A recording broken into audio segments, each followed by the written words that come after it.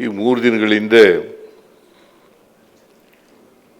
ಖಾದರ್ ಅವರು ವಿಧಾನಸಭಾ ಅಧ್ಯಕ್ಷರು ನೀವು ಬಜೆಟ್ ಬಗ್ಗೆ ಮಾತನಾಡಬೇಕು ಅಂತ ಹೇಳಿದ್ರು. ನಾನು ಅಧ್ಯಕ್ಷರು ಹೇಳಿದ ಮೇಲೆ ಕೇಳಲೇಬೇಕು ಅಂತೇಳಿ ಈ ಕಾರ್ಯಕ್ರಮಕ್ಕೆ ಒಪ್ಪಿಕೊಂಡು ಬಂದಿದ್ದೇನೆ. ಕಾರ್ಯಕ್ರಮ ಏನು ಅಂತ ಕೇಳಿದೆ. ನಮ್ಮ ವಿಧಾನಸಭೆಯ ಸದಸ್ಯರುಗಳು, ವಿಧಾನ ಪರಿಷತ್ತಿನ ಸದಸ್ಯರುಗಳು ಅನುಕೂಲ ಆಗಲಿ ಅಂತೇಳಿ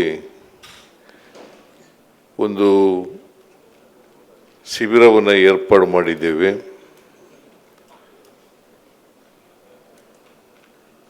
ಆ ಶಿಬಿರದಲ್ಲಿ ನೀವು ಮಾತನಾಡಬೇಕು. ಅನೇಕ ಜನ ಶಾಸಕ ಮಿತ್ರರು ಬಜೆಟ್ ಬಗ್ಗೆ ಸಂಪೂರ್ಣ ಮಾಹಿತಿಯನ್ನು ಪಡ್ಕೊಂಡಿರಲ್ಲ.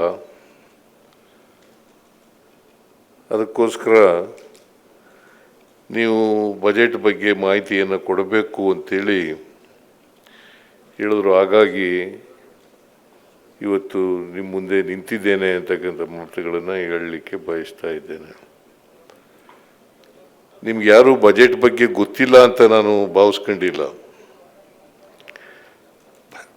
ಬಜೆಟ್ ಬಗ್ಗೆ ಗೊತ್ತಿದೆ, ಆದರೆ ಎಷ್ಟು ತಿಳ್ಕೊಳ್ಳಿಕ್ಕೆ ಸಾಧ್ಯನೋ ಅಷ್ಟು ತಿಳ್ಕೊಳ್ಳಿಕ್ಕೆ ಆಗಿಲ್ಲ ಅಂತಕ್ಕಂಥದ್ದು ನನ್ನ ಭಾವನೆ.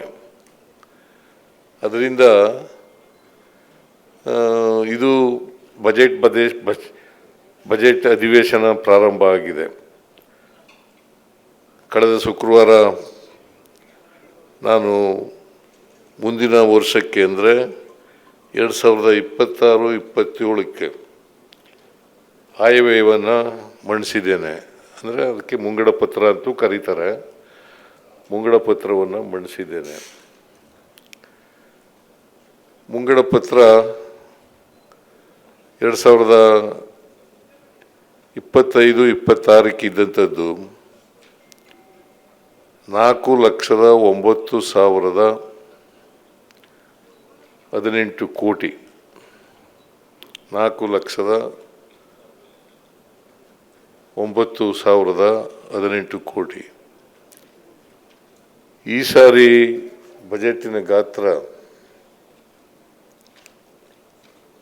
4,48,004 ಕೋಟಿ. ನಾವು 2025-26ರಲ್ಲಿ ಬಜೆಟಿನ ಅಂದಾಜುಗಳನ್ನು ಸಂಪೂರ್ಣವಾಗಿ ಅನುಷ್ಠಾನ ಮಾಡಲಿಕ್ಕೆ ಸಾಧ್ಯ ಆಗಲಿಲ್ಲ, ಖರ್ಚು ಮಾಡಲಿಕ್ಕೆ ಸಾಧ್ಯ ಆಗಲಿಲ್ಲ. ಕಾರಣ ಯಾಕಪ್ಪ ಅಂತಂದರೆ, ಒಂದು ಕೇಂದ್ರದಿಂದ ನಮಗೆ ಬರಬೇಕಾಗಿದ್ದಂಥ ಅನುದಾನ ಬರಲಿಲ್ಲ. ಸೊ ಹಾಗಾಗಿ ನಾವು ಬಜೆಟ್ನಲ್ಲಿ ಹೇಳಿದಂಥ ಒಟ್ಟು ಖರ್ಚನ್ನು ತಲುಪಲಿಕ್ಕೆ ಸಾಧ್ಯ ಆಗಲಿಲ್ಲ. ಅದರಿಂದ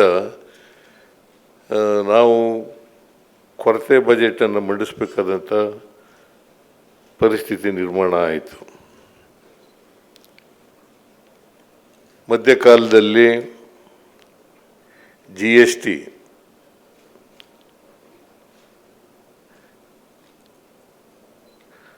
ಅದನ್ನು ರ್ಯಾಷನಲೈಸ್ ಮಾಡ್ತೀವಿ ಅಂತೇಳಿ ಮಾಡೋದ್ರಿಂದ ನಮಗೆ GST ಮಧ್ಯಕಾಲದಲ್ಲಿ ರ್ಯಾಷನಲೈಸ್ ಮಾಡೋದಕ್ಕಿಂತ ಮುಂಚಿತವಾಗಿ ನಮಗೆ ಬರ್ತಾ ಇದ್ದಂಥ ತೆರಿಗೆ GSTಯಿಂದ ಸುಮಾರು ಬೆಳವಣಿಗೆ ದರ 10% ಇತ್ತು.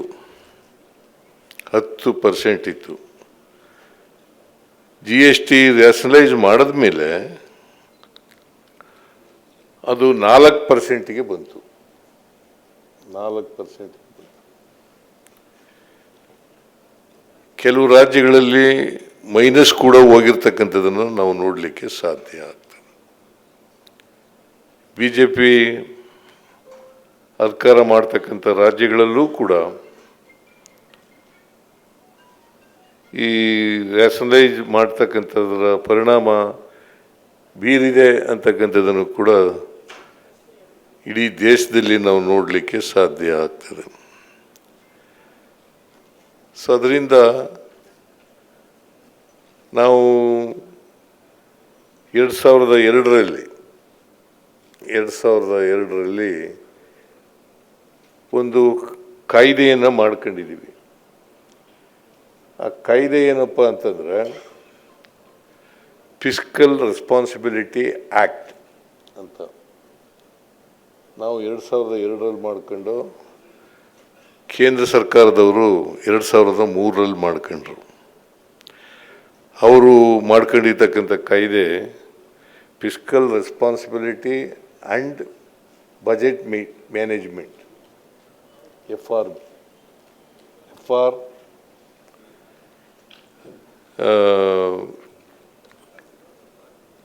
FRBM ಅಂತ ಹೇಳಿ ಮಾಡ್ಕೊಂಡಿದ್ದಾರೆ.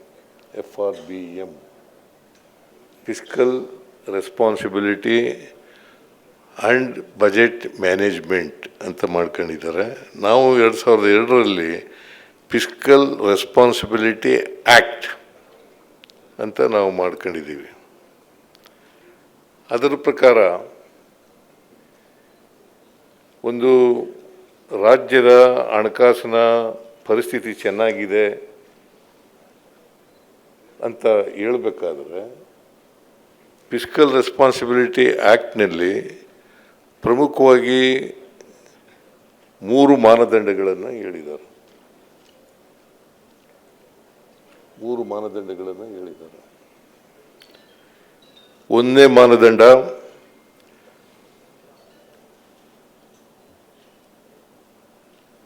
ಸರ್ಪ್ಲಸ್ ರೆವಿನ್ಯೂ ಇರಬೇಕು, ರೆವಿನ್ಯೂ ಸರ್ಪ್ಲಸ್ ಇರಬೇಕು.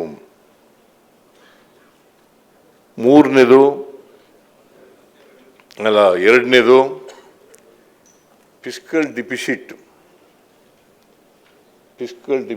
3% ಒಳಗಡೆ ಇರಬೇಕು.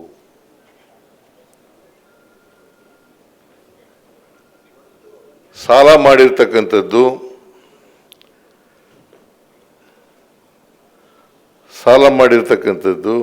GSDP ಅಂದರೆ ಗ್ರಾಸ್ ಡೊಮೆಸ್ಟಿಕ್ ಪ್ರಾಡಕ್ಟ್.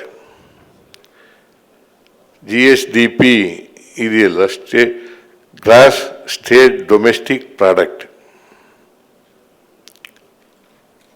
ಅದು 25% ಒಳಗಡೆ ಇರಬೇಕು. ಅಂದರೆ 25% ಒಳಗಡೆ ಇರಬೇಕು.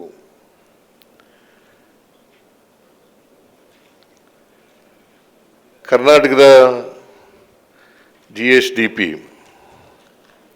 ಬಹುಶಃ ನಿಮಗೆಲ್ರಿಗೂ ಗೊತ್ತಿದೆ ಅಂತ ನಾನು ಭಾವಿಸ್ಕೊಂಡಿದ್ದೇನೆ. ಕರ್ನಾಟಕದ GSDP 33,05,500 ರೂಪಾಯಿಗಳು.